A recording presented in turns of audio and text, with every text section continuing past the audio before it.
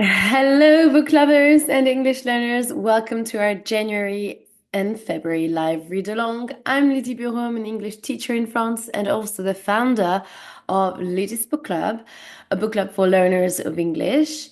In this book club, I host live readings and discussion workshops on adaptations of classics of literature and contemporary novels in their original text. I also tend to prioritize books that are written by women. Each month, we read and explore a different book for all levels of English. Each week, I also host several reading sessions live on Instagram and also on Zoom for free. So if you want to attend those live readings and get the guidance and comments that I make throughout the reading to help you with your reading experience and understand better and improve your reading skills in English, you just need to subscribe to the newsletter of the book club to get the free link. And you can get this link through, you can click on the link in the description to go, that takes you directly to the newsletter page, or you just go to ludisbookclub.com. And then 3 times a month, I also host live discussion workshops with the members of the book club via Zoom as well.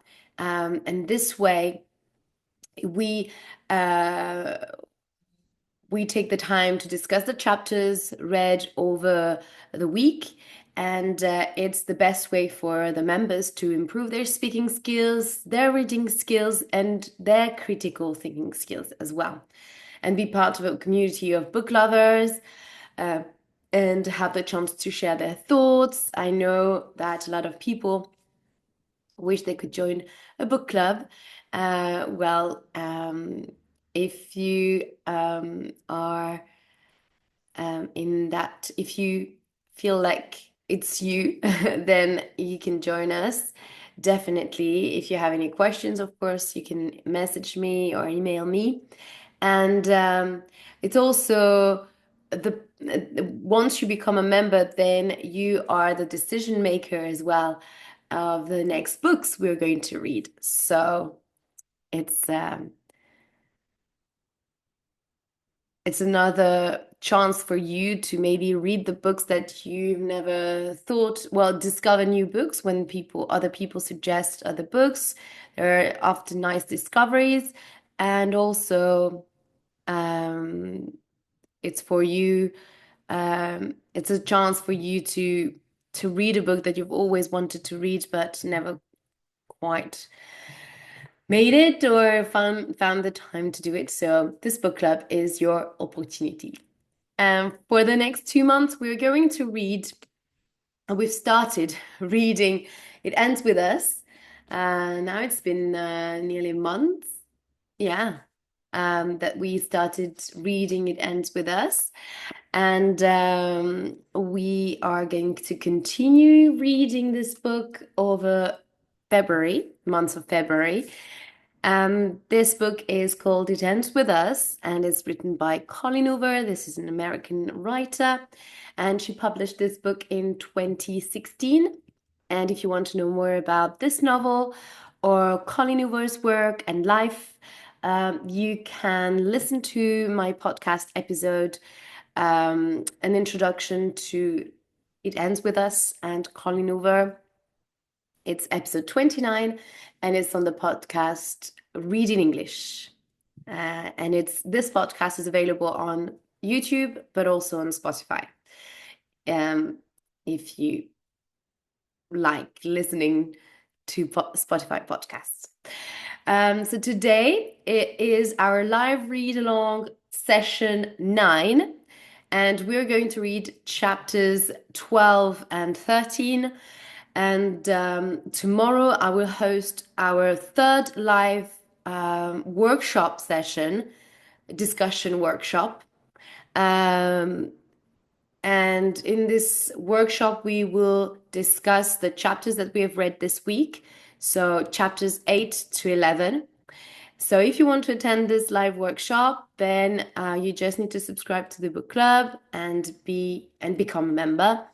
And for that, you can click on the link in the description of this video, or just go to lidisbookclub.com, same, and you will click on the link on the button, join the book club.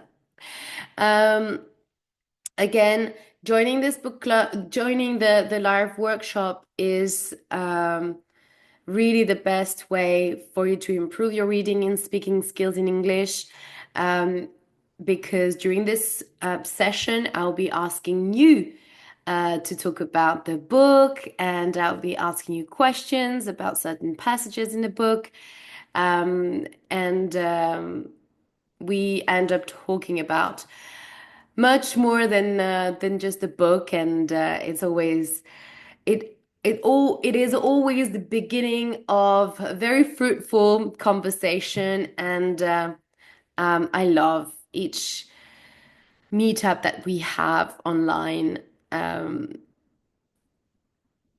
through these workshop sessions.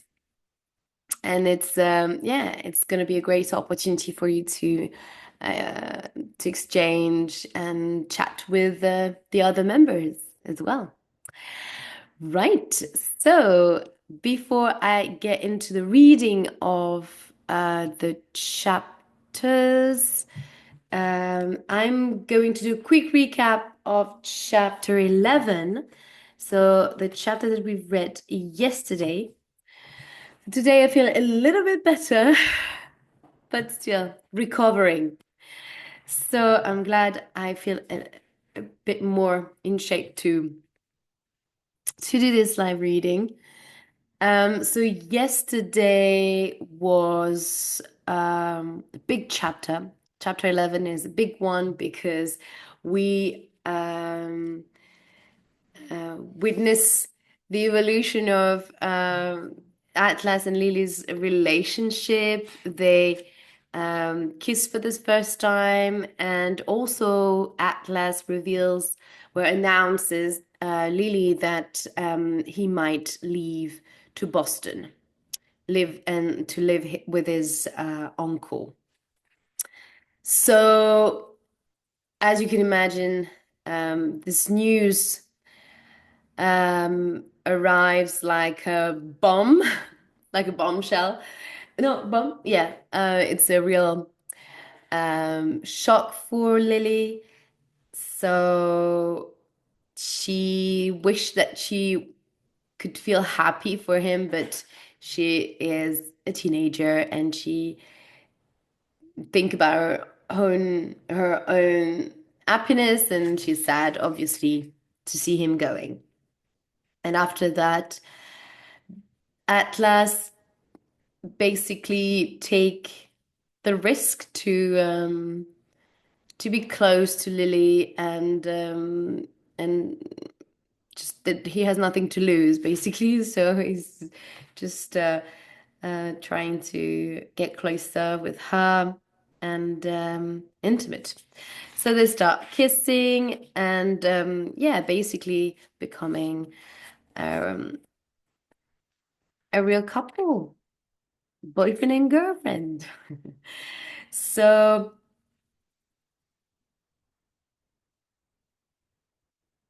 there is this lovely scene where Atlas is baking cookies for Lily, and they don't even have the time to eat them because Lily's father barges into the kitchen or arrives earlier than usual, and they he starts having this very unusual conversation with Lily.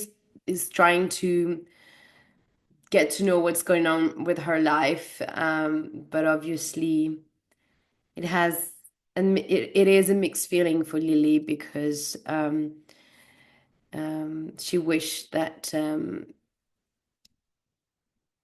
he would act like a father more often than he does, and that he would stop and would stop hurting this family and her mother and herself. Yeah. Um, so this is a bittersweet scene here, I would say. Uh, After that, there is a lovely gesture that Atlas does towards Lily. He carved, so he used the wood that a branch from the oak tree that is in Lily's garden, and he carved a heart in the wood, and he offered that to Lily, and it's the sweetest thing ever. And Lily is basically falling in love with him, um, as one should, as a teenager, when someone, even as an adult, when someone makes something for you, it's always sweet and obviously when it comes from the heart, it's always um, it feels good always, as always. But they're teenagers, so it's even sweeter, I would say. It's very cute. And after that moment, that scene, one night there's a terrible scene with Lily's parents. They come back late from an evening because Lily's dad is the mayor of the town, and they often go to social events. And obviously, Lily's mother is always hiding the bruises that she gets from from her husband, and always smiles in public and pretend that he's the perfect man. Um, and during this evening, um, Lily's father gets angry and jealous because he thinks that um, she's been seducing someone, or because she's been chatting. She was flirting with another man. He reproaches his wife that to have been flirty with a man in the evening, and he is furious, and they are again in the on the couch in the living room, and he starts to be violent towards her, pulling up her dress, and Lily is witnessing this scene, and her mother is trying to ask her husband to be quiet and to not make noise because he is basically raping her. She doesn't want to, but he's so angry and jealous that he wants to make sure she belongs to him, and this is a way. Rape is always a way to mark a territory, whether um, it's um, in at the scale of a country. When there are war between countries, we often hear that soldiers have been raping, or or terrorists have been raping women in from the enemy's country, from well in the country they're invading, or they're fighting against. And here in the domestic sphere, it is again, it's the same logic. Male um, um, males want to mark their territory in a way that and to silence her as well, and to make her believe that she did something wrong when she didn't, and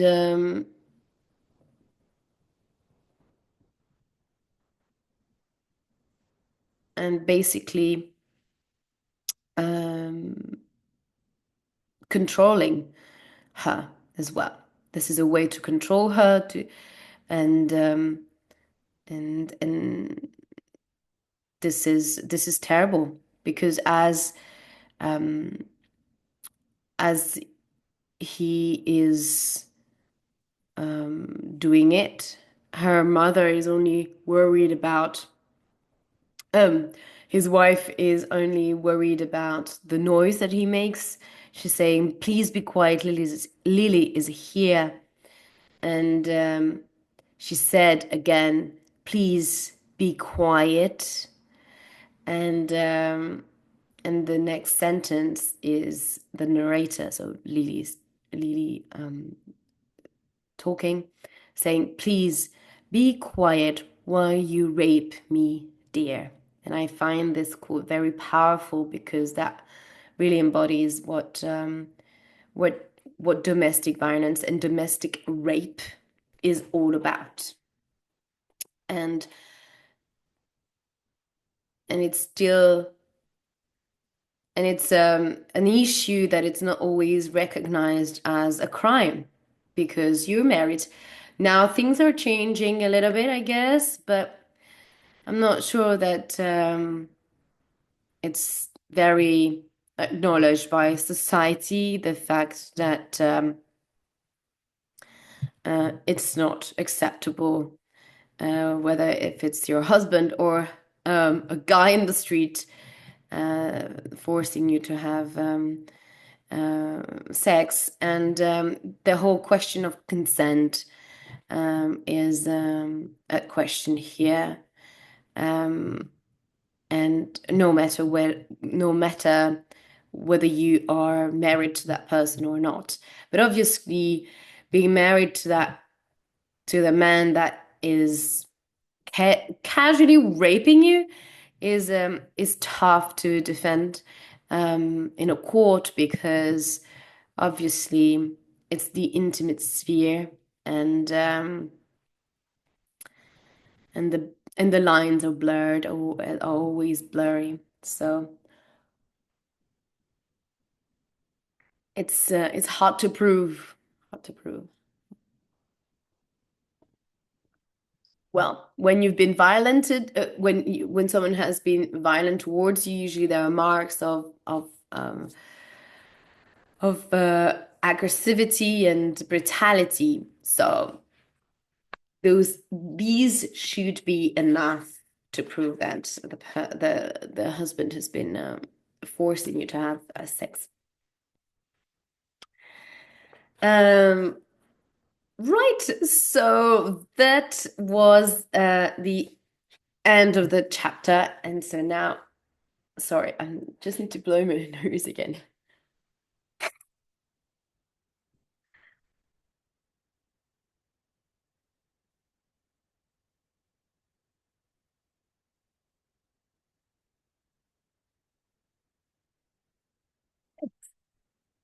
I'm back. Right. Okay. So, chapter 12. What are you doing to those poor flowers? Eliza asked from behind me. I clamped another silver washer closed and slid it down the stem. Steampunk. We both stand back and admire the bouquet. At least, I hope she's looking at it with admiration. It turned out better than I thought it would. I used florist tipped dye to turn some white roses a deep purple. Then I decorated the stems with different steampunk elements, like tiny metal washers and gears, and even superglued a small clock to the brown leather strap that's holding the bouquet together. Steampunk? It's a trend, kind of subgenre of fiction, but it's catching on in another area. It's catching on in other areas, art, music. I turn around and smile, holding up the bouquet. And now, flowers. Eliza takes the flowers from me and holds them, or hold them up in front of her. They're so weird. I love them so much. She hugs them. Can I have them? I pull them away from her. No, they're our grand opening display, not for sale. I take the flowers from her and grab the vase I made yesterday. I, f- I found a pair of old button-up women's boots at a flea market last week. They reminded me of the STEM punk style, and the boots are actually where I got the idea for the flowers. I washed the boots last week, dried them, and then superglued pieces of metal to them. Once I brushed them with mud, with mud bud, with Mod Podge, I was able to line the inside with a vase to hold water from them, for them, to hold water for the flowers. Eliza, I placed the flowers on the center display table. I'm pretty sure this is exactly what I was supposed to do with my life. Stampunk? A steam? Stamp. I'm not sure here if the pronunciation is team or stam. I think, yeah, sorry, it's team. Steampunk. She asks. Steampunk? She asks. I laugh and spin around.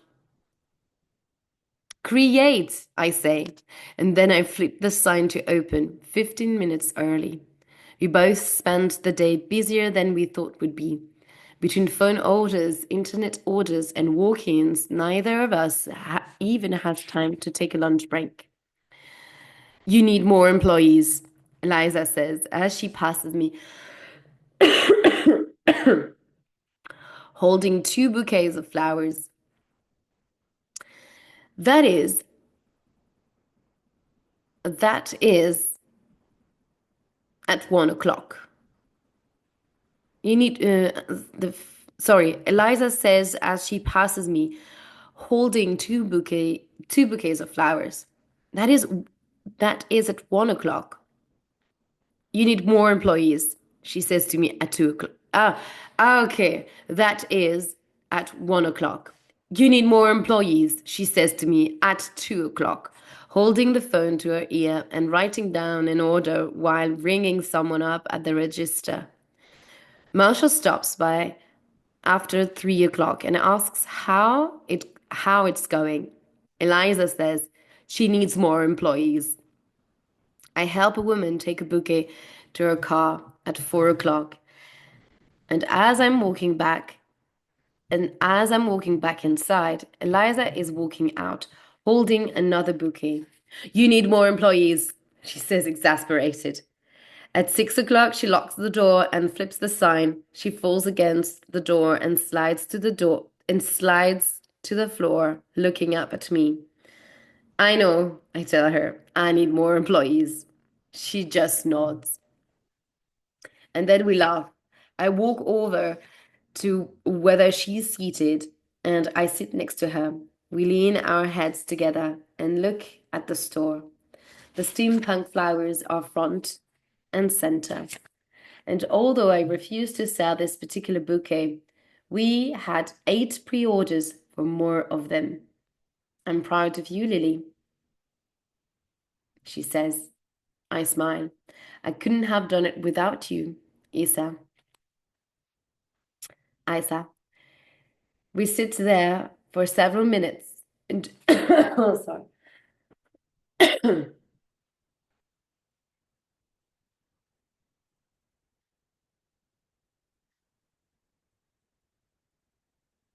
We sit there for several minutes, We enjoying the rest we're finally giving our feet. This was honestly one of the best days I've ever had, but I can't help but feeling a nagging sadness that Ryle never stopped by. He also never texted Never texted. Have you heard from your brother today? I ask. She shakes her head. No, but I'm sure he's just busy. I nod. I know he's busy. We both look up when someone knocks on the door. I smile when I see him cupping his hand around his eyes, with his face pressed to the window.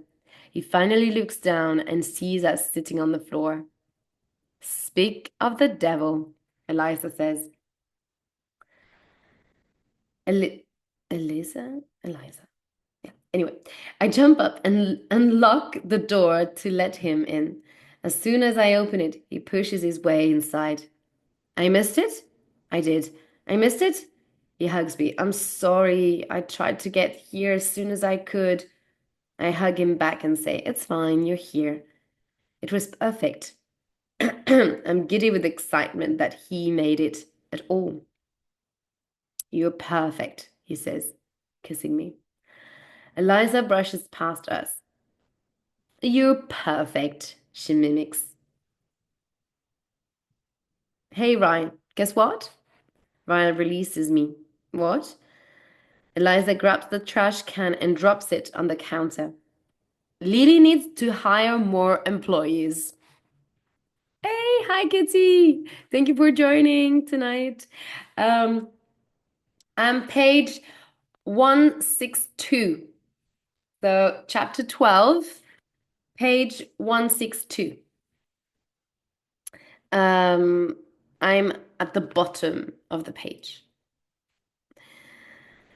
I laugh at her constant repetition. Raya squeezes my hand and says, Sounds like business was good. I shrug. I can't complain.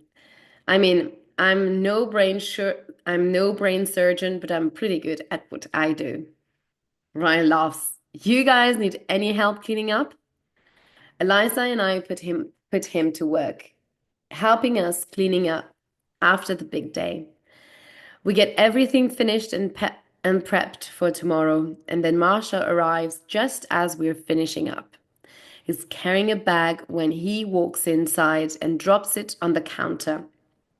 He begins to pull out huge lumps of some kind of material and tosses them at each of us. I catch mine and unfold it. It's a onesie. A onesie, remember, it's the one piece of pajama. We talked about it this morning with Ketty. So Marshall definitely loves onesie, with kittens all over it. Bruins game, free beer, suit up team. Eliza groans and says, Marshall, you made $6 million this year. Do we really need free beer? She shoves a finger against her lips. He shoves a finger against her lips, pushing them in opposite direction. Shh! Don't speak like a rich girl, Isa. Blasphemy. He laughs. He laughs, and Marsha grabs the onesie out of her hand. He unzips it and helps her into it. Once we're all suited up, we lock the door and head to the bar. I've never in my life seen so many men in onesies. Eliza and I are the only women wearing them, but I kind of like that. It's loud, so loud, and each time the Bruins make a good play. Remember, the Bruins is a ice hockey team. Is the ice hockey team of Boston. Yeah, the the ice hockey team of Boston. So, uh, after about half an hour, a booth on the floor, on the top floor, a booth on the top floor opens up, and we all run upstairs to claim it. Much better, Eliza says, as we slide in. It's much quieter here, although still loud compared to the normal standards. A waitress comes over to take our drink order. out a red wine, and as soon as I do, Marshall practically jumps out of his seat. Wine? He yells. You're in a onesie. You don't give free wine with a onesie. He tells the waitress to bring me a beer instead. Ryle tells her to bring me wine. Eliza wants water, and this upsets Marshall even more. He tells the waitress to bring 4 bottles of beer, and then Ryle says, 2 beers, red wine, and a water. The waitress is very confused by the time she leaves our table.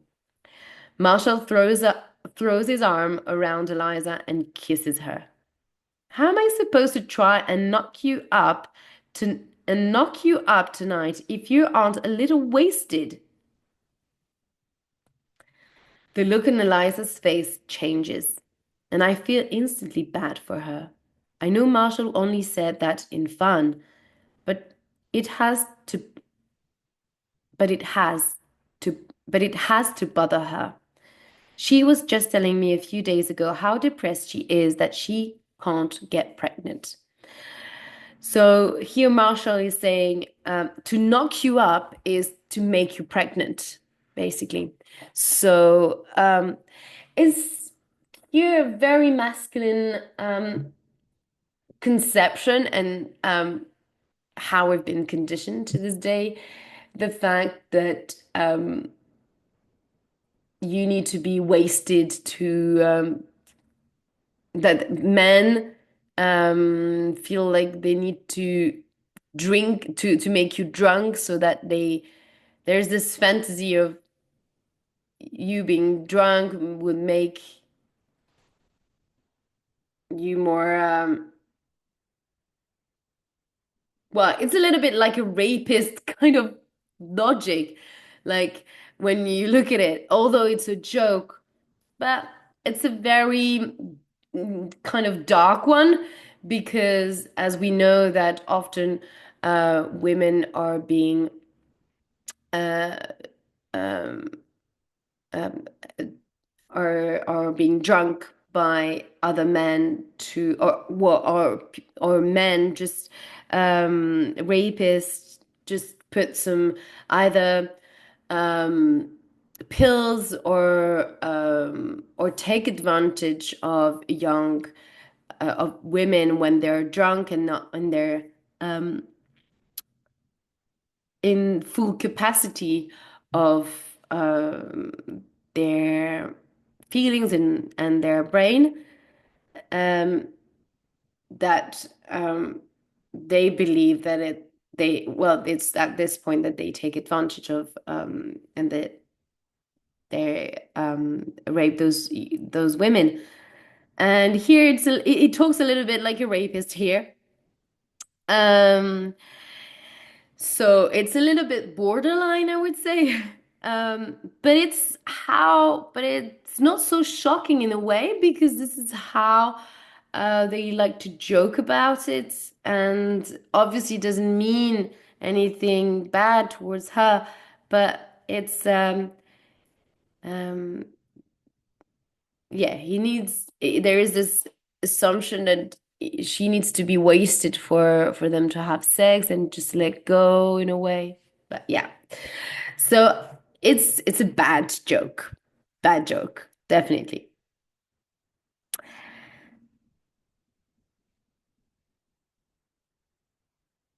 So she was just telling me a few days ago how depressed she is that she can't get pregnant.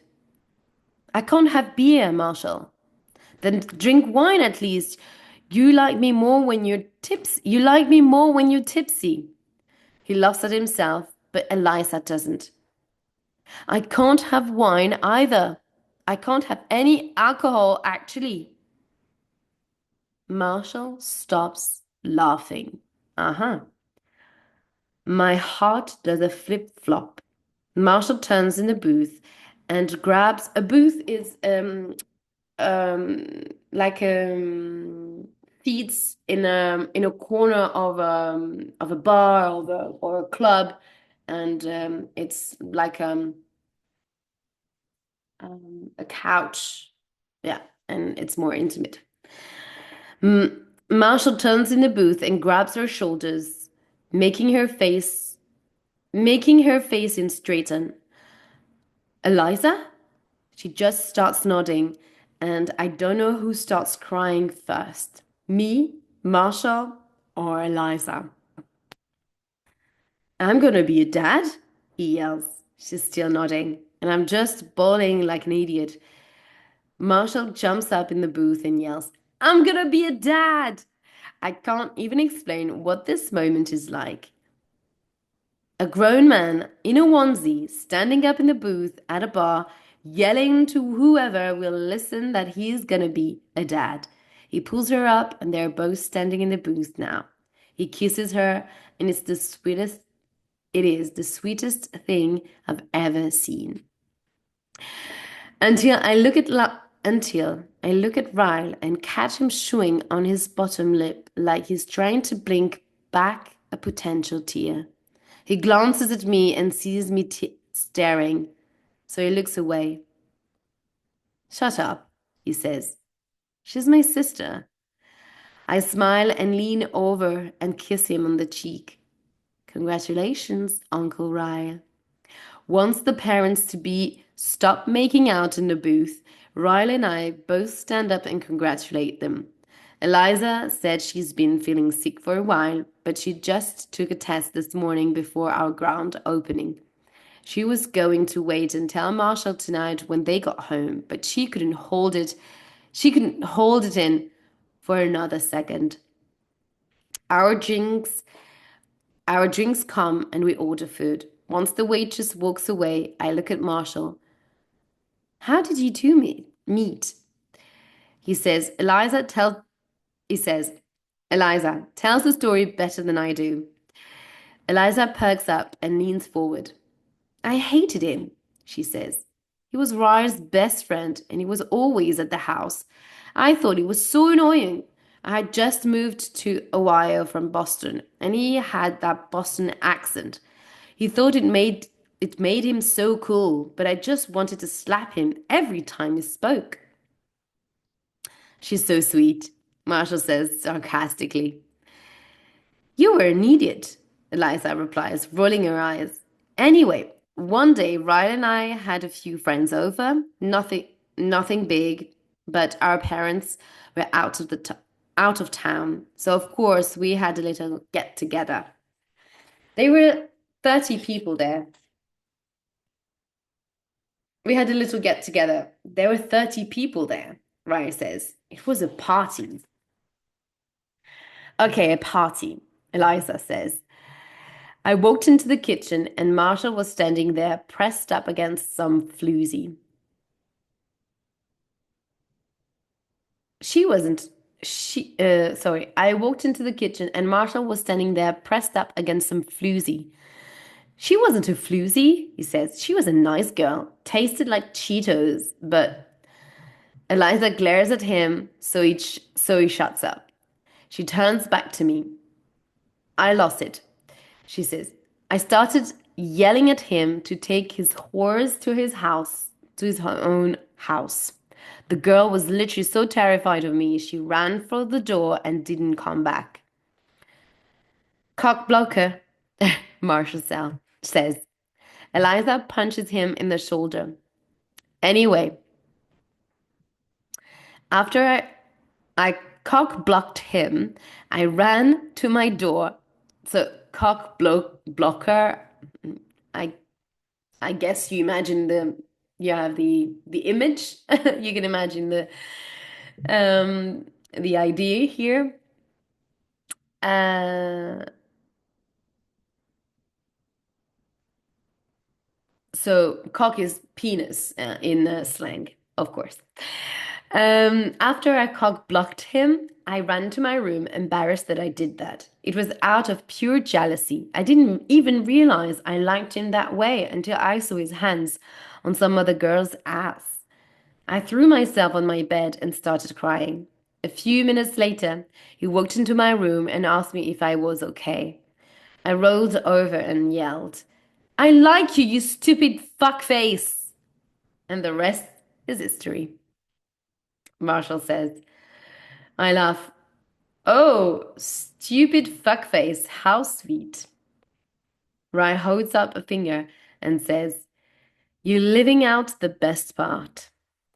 Eliza shrugs. Oh yeah, so Marsha walked over to me, pulled me off the bed, kissed me with the same mouth he was just kissing with, the floozy with, and we made out for half an hour. Ryan walked in, Ryan walked in on us and started screaming at Marshall.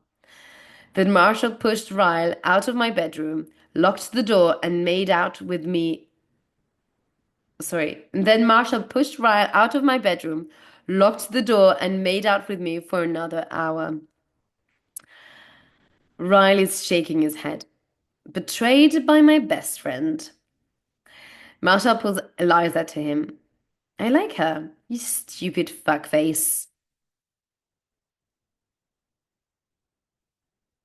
I laugh, but Ryle turns to me with a serious look on his face. I didn't speak to him for an entire month. I was so mad. I eventually got over it. We were 18, she was 17. Wasn't much I can do in the way of keeping them apart. Whoa, I say. I sometimes forget how close in age you two are. Eliza smiles and says, "Three kids in 3 years. I feel so sorry for my parents." The table grows quiet. I see an I see an apologetic look pass from Eliza to Ryle. Three? I ask. You have another sibling? Ryle straightens up and takes a sip of his beer. He sets it back down on the table and says, "We had an older brother. He passed away when we were kids." Such a great night, ruined by a simple question. Luckily, Marshall redirects the conversation like a pro. I spend the rest of the evening listening to stories about them growing up. I'm not sure I ever laughed as hard as I have tonight. When the game is over, we all walk back to the shop to retrieve our cars. Ryle said he caught an Uber over earlier, so he just ride with me.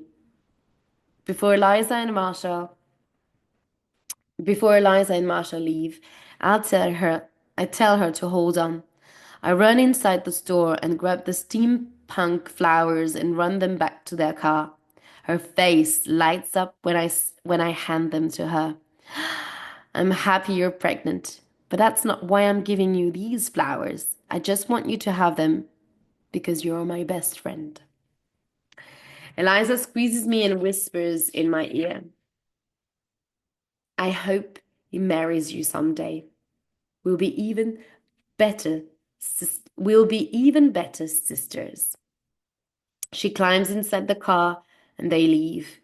And I just stand there watching them because I don't know would have ever had a friend like her in my whole life. Maybe it's the wine, I don't know, but I love today. Everything about it. I especially love how Ryan looks, leaning against my car, watching me. You're really beautiful when you're happy. Ah, this day. Perfect. We're making our way up the stairs to my apartment when Ryle grabs my waist and pushes me against the wall. He just starts kissing me right there in the stairwell. Impatient, I mutter. He laughs and cups my ass with both of his hands. Nope. It's this onesie. You really should consider making this your business attire. He kisses me again and doesn't stop kissing me until someone passes us, heading down the stairs. The guy mumbles, "Nice onesies," as he squeezes past us. Did the Bruins win? Ryle nods. 3-1, he responds, without looking up at the guy. Nice, the guy says. Once he's gone, I step away from Ryle. What is this onesie thing? Does every male in Boston know about this? He laughs and says, "Free beer, Lily. It's free beer." He pulls me up the stairs, and when we walk in the door, Lucy is standing at the kitchen table, tapping up a box of her stuff. Taping up a box of her stuff. Taping is she's putting tape. You know, she's her boyfriend proposed to her, so she's leaving the flat, so she's packing. There's another box she hasn't taped up yet, and I could swear I see a bowl that I bought at Home Goods sticking out of the top. She said she'd have all her stuff out by next week, but I have a feeling she's com conveni conveniently she'll conveniently have some of my stuff out too. Who are you? She asks, looking Ryle up and down. Ryle Kincaid, I'm Lily's boyfriend. Ryle Kincaid? Oh, sorry, Lily's boyfriend. Did you hear that? Boyfriend. It's the first time he's confirmed it, and he said it so confidently. My boyfriend, huh? I walked into the kitchen and grabbed a bottle of wine and two wine glasses. Rye comes up behind me as I'm pouring the wine and snakes his arms around my waist. Yep, your boyfriend. I hand him a glass of wine and say, so I'm a girlfriend? He holds up his glass and clings it against mine. To the end of try runs and beginning of sure things. We are both smiling as we take a drink of our wine. Lucy stacks the boxes together and walks toward the front door. Looks like I got out right in time, she says. The door closes behind her and Ryan raises an eyebrow. I don't think your roommate likes me very much. You'd be surprised. I didn't think she liked me. I didn't think she liked me either, but yesterday she asked me to be a bridesmaid in her wedding. I think she's just hoping for free flowers, though. She's very opportunistic. Opportunistic. Um, opportunist is this idea of people being there's a trait of character that use that the kind of people that are friends with you just by interest, or they just yeah, being nice to you because they want to ask you something. Ryan laughs and leans against the refrigerator. His eyes fall to a magnet that says Boston on it. He pulls it off the refrigerator and raises an eyebrow. You never get out of Boston purgatory if you keep souvenirs of Boston on your fridge like a tourist. I laugh and grab the magnet, slapping it back on the fridge. Slapping it back on the fridge. I like that he remembers so much about the first night we met. It was a gift. It only counts as a touristy if I bought it myself.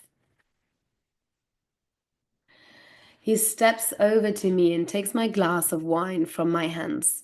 He sets both of our glasses on the countertop and then leans in and gives me a deep, passionate, drunken kiss.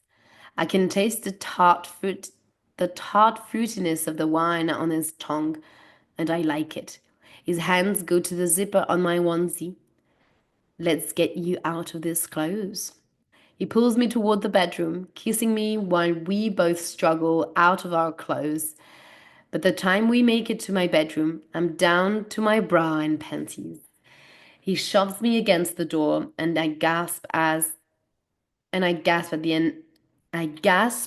the unexpectedness of it. Don't move, he says. He presses his lips to my chest, then begins to kiss me slowly as he makes his way down my body. Oh Lord, can this day seriously get any better? I run my hands through his hair, but he grabs my wrists and presses them against the door. He climbs back up my body, squeezing my wrists tightly. He raises an eyebrow in warning. I said, "Don't move." He's very controlling here. I don't know if you've noticed. I try not to smile, but it's hard to distinguish. He drag, yeah, he's very he's taking this very seriously. He drags his mouth back down my body. He slowly lowers my panties to my ankles, but he told me not to move. But he told me not to move, so I don't kick them off. His mouth slides up my thighs until, yeah, best day ever. Okay, I guess you can imagine what's going on here. So it goes down to her, and um, and here we see the way he's having sex with her. It's not the first time he's being a little bit controlling, pressing his wrist or grabbing her. Um, these are kind of very controlling way to have sex. It's saying like, don't move. Um, so she's in a very passive mode here, as you can imagine. Chapter 13. Ryan, in text. Are you at home or still at work? Me. Work. Should be done in about an hour. Can I come see you? You know how people say there is, and me. You know how people say there is no such thing as a stupid question? They're wrong. That was a stupid question. And Ryan does a smiley face. Half an hour later, he's knocking at the front door of the flower shop. I closed the shop almost 3 hours ago, but I'm still here, trying to get caught up on the chaos that was the first month.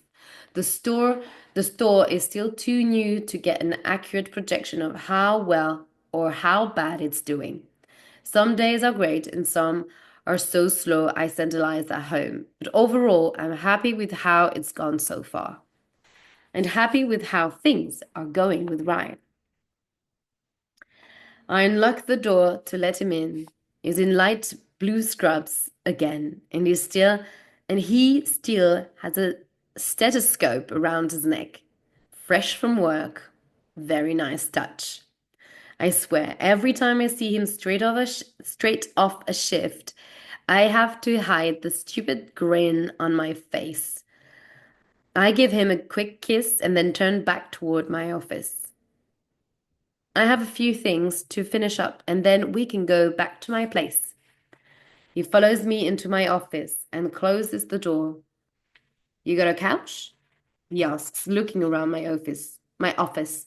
I've spent some of this week putting the finishing touches on it. I bought a couple of lamps so I don't have to turn on the overpowering fluorescent lights. The lamps give the room a soft glow.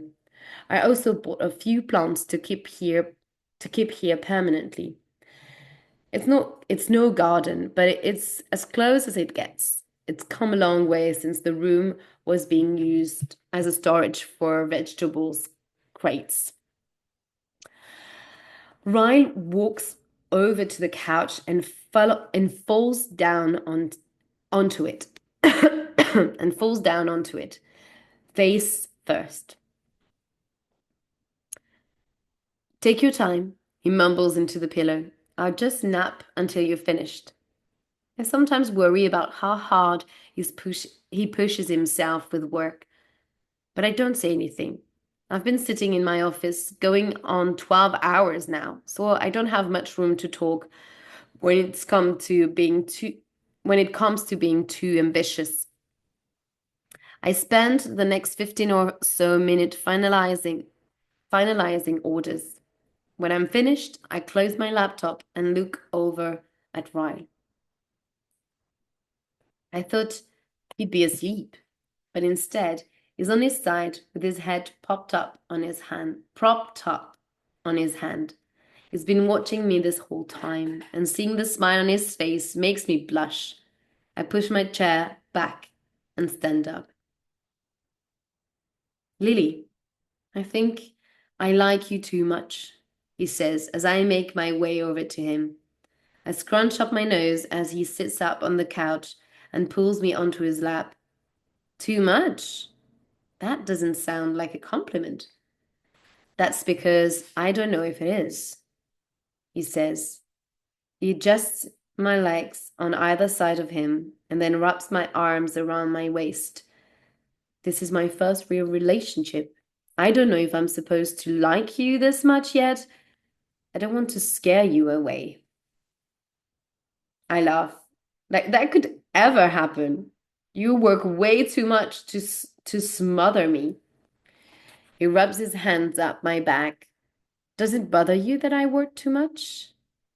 I shake my head. No, I worry about you sometimes because I don't want you to burn yourself out. But I don't mind that I have to share you with your passion. I actually really like how ambitious you are. It's kind of sexy. It might even be my favorite thing about you. You know what I like the most about you? I already know this answer, I say, smiling. My mouth? He leans his head back against the couch. Oh, yeah, that does come first. But do you know what my second favorite thing about you is? I shake my head. You don't put pressure on me to be something I'm incapable of being. You accept me exactly how I am. I smile. Well, in all fairness, you're a little different from when I first met you. You aren't so anti-girlfriend anymore. That's because you make it easy, he says, sliding a hand inside the back of my shirt. It's easy being with you. I can still have the career I've always wanted, but you make it 10 times better when the way you support me, with the way you support me. When I'm with you, I feel like I get to have my cake and eat it too. That's an expression. That's an English expression. To have your cake and eat it. Um, that means that you can have it all in a way. Now, both of his hands are beneath my shirt, pressed against my back. He pulls me toward him and kisses me. I grind against his mouth and whisper, Is it the best cake you've ever tasted? One of his hands moves to the back of my bra and he unfastens it with ease. I'm pretty sure, but maybe I need another taste of it to be positive. He pulls my shirt and bra over my head. I begin to push myself off of him so I can pull off my jeans, but he pulls me back onto his lap. He grabs his stethoscopes and puts it in his ears, then presses the diaphragm against my chest, right over my heart. What's got your heart so worked up, Lily? I shrug innocently. It might have a little to do with you, Dr. Kincaid. He drops the end of the stethoscope and then lifts me off of him, pushing me back onto the couch. He spreads my legs and kneels down on the couch between them, placing the stethoscopes against my chest again. He uses his other hand to hold himself up as he continues listening to my heart. I'd say you're about 90 beats per minute, he says. Is that good or bad? He grinds and lowers himself on top of me. I'll be satisfied. I'll be satisfied when it reaches 140. Yeah, yeah. What 140? Yeah, sorry. Yeah, if it reaches 140, I'm thinking I'll be satisfied too. Sorry.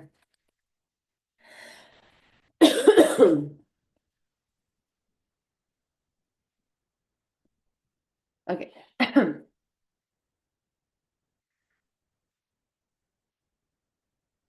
He lowers his mouth to my chest, and my eyes fall shut when I feel his tongue slide across my breast.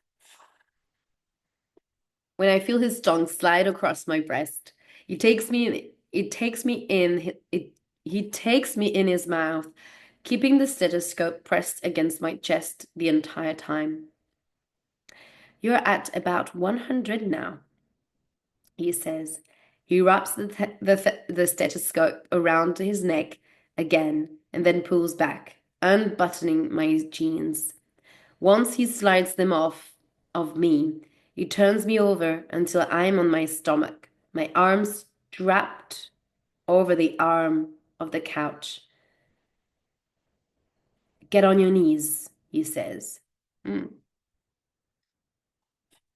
I do what he says, and before I'm even adjusted, I feel the cold metal of the stethoscope meet my chest again.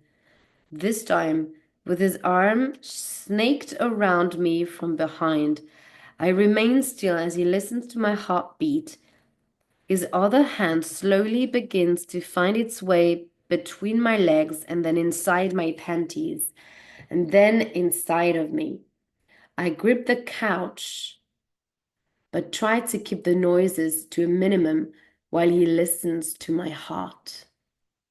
110, he says, still unsatisfied. Whoa, this is very hot here.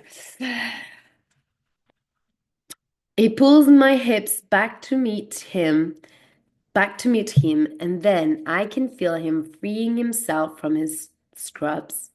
He grips my hip with one hand while shoving my panties aside with the other. Then he pushes forward until he's all the when he okay. Then he pushes forward until he's all the way inside of me. I'm grasping the couch with two desperate fists when he pauses to listen to my heart again. Lily, he says with mock disappointment. 120. Not quite where I want you. The stethoscope disappears again and his arms curls around my waist. His hand slides down my stomach and settles between my legs. Okay. I can no longer keep up with his rhythm. I can barely even stay on my knees. He is somehow holding me up with one hand and destroying me. What? Okay. So let's read again this passage. He's somehow holding me up with one hand and destroying me in the best possible way with his other hand. Right when I start to tremble, he pulls me upright until my back meets his chest.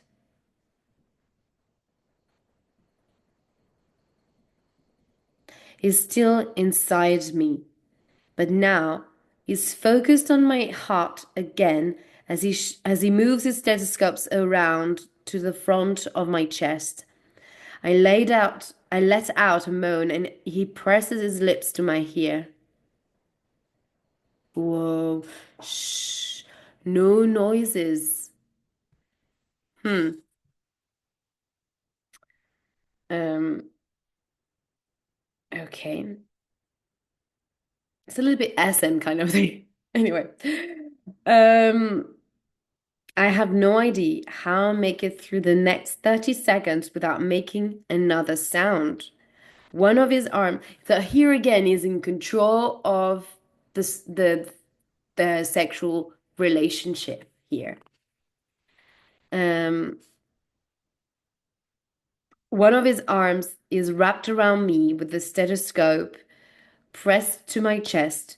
His other arm is tight against my stomach as his hand continues its magic between my legs.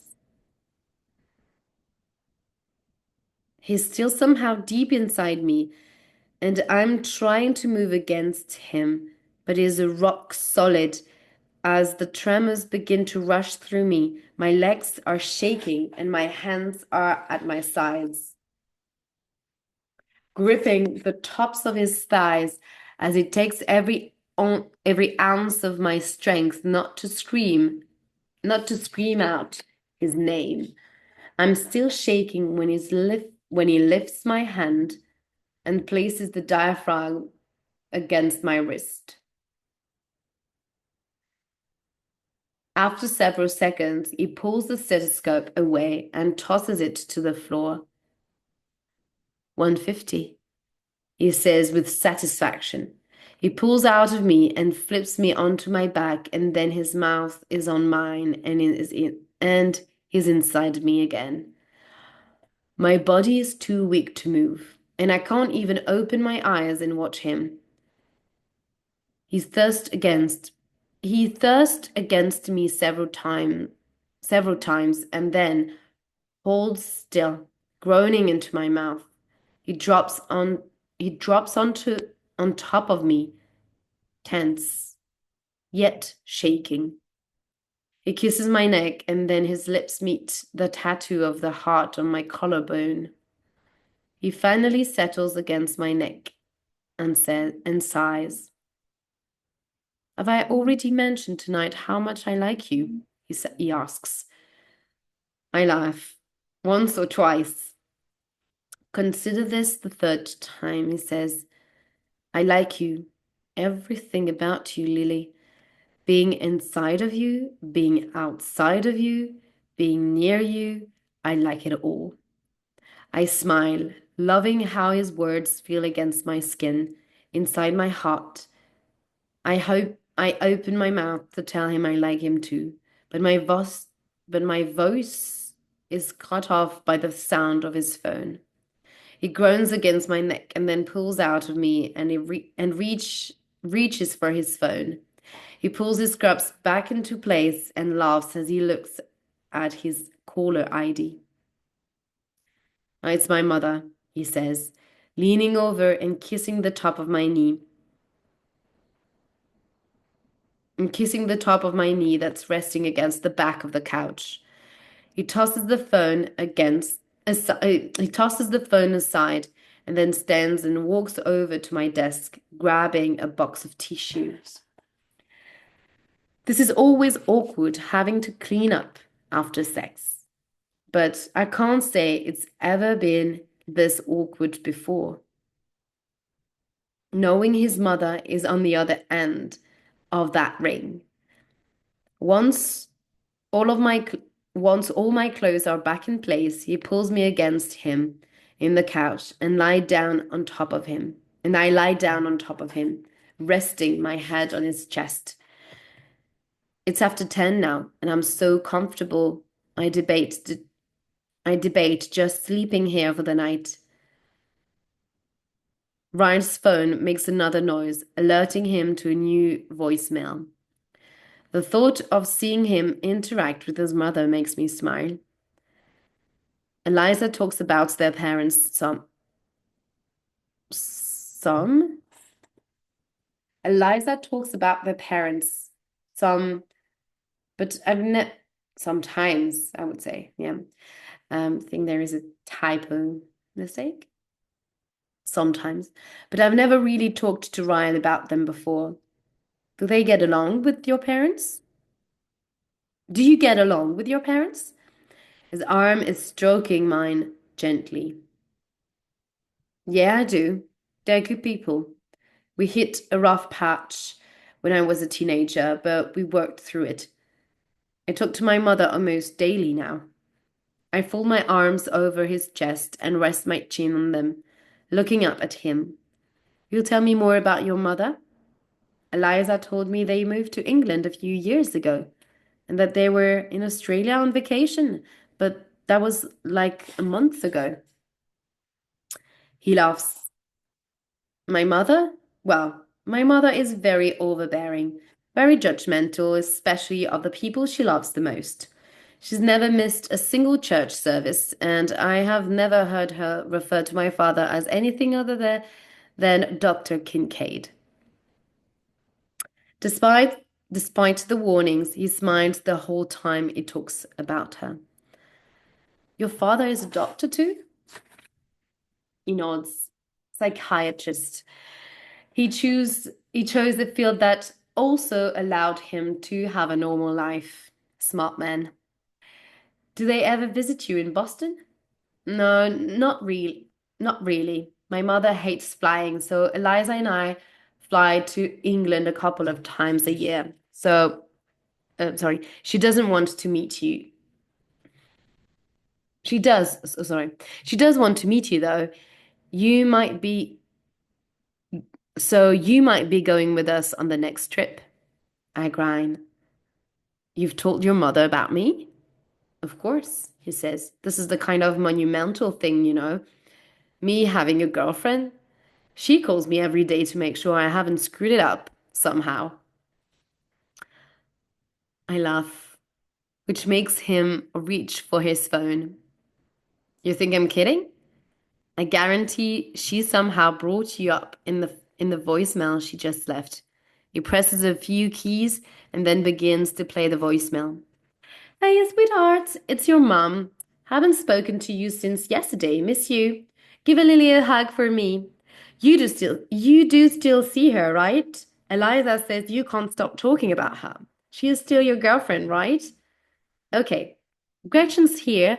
We're having high tea. Love you. Kiss, kiss. I press my face against his chest and laugh. We've only been dating a few months. How much do you talk about me? He pulls my hand.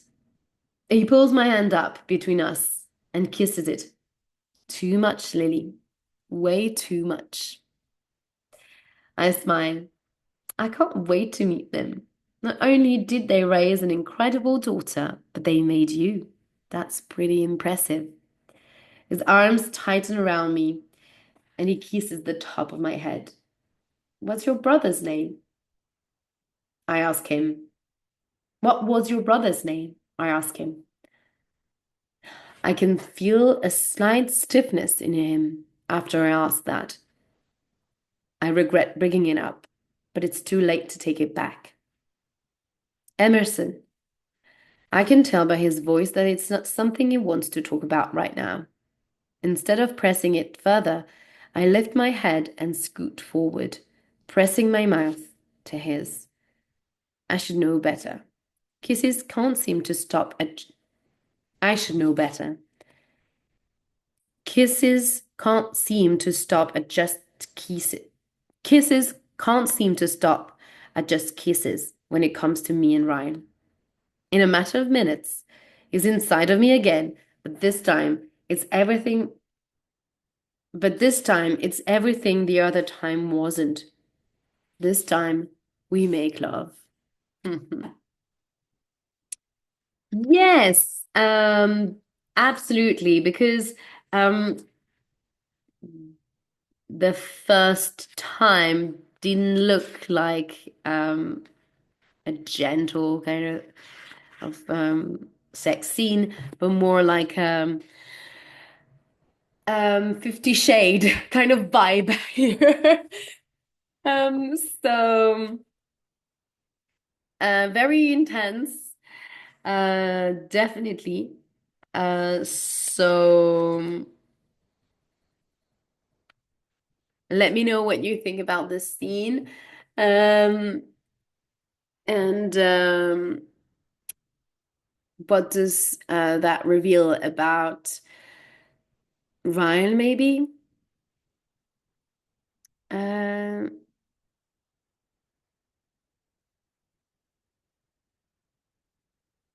and yeah, and uh, and also the fact that he's talking about Lily um, to her mother, to his mother, and everyone. It's only a couple months they've been dating, so what do you think about that? Um, uh, do you think that makes sense, or is it maybe too much too soon, I guess? Um, or yeah, or not. Anyway, uh, I hope you enjoyed this live reading, and that you will be able to join us tomorrow morning for our third live discussion workshop, um, in which we will discuss chapters 8 to 11. So I hope that you'll be able to make to make it for tomorrow. Kitty is saying, I also thought of 50 Shades of Grey. Yes, it is too soon. Yes, it looks very much like a scene that is just about having pleasure. Of course, um, it is maybe it is something that is like a fantasy kind of role play kind of thing. Um, and Ryan seems to be very good at it. But again, we see that he's very much in control of their um, sexual intimacy. He grabs her. He takes her clothes off. He put his hand. He grabs her. So um, so you really see that that she is in the passive. Um, she has a passive role, I would say.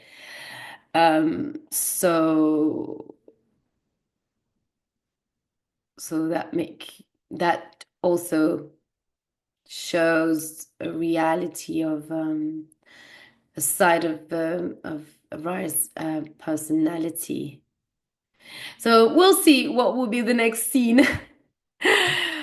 Um, so thank you again for watching this live reading here on YouTube, for attending the live and being on Zoom as well. Thank you very much again. I hope you've enjoyed this live reading, and hope to see you for the live discussion workshop tomorrow morning. Have a beautiful rest of the day, and I will see you on Wednesday. If you can't make it tomorrow, I will see you next Wednesday. There is a change of time for Wednesday's live reading.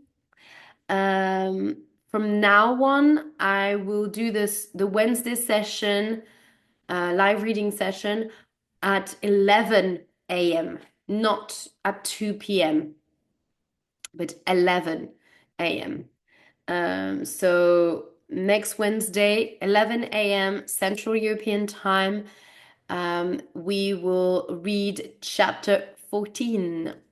Have a nice evening, guys. Bye.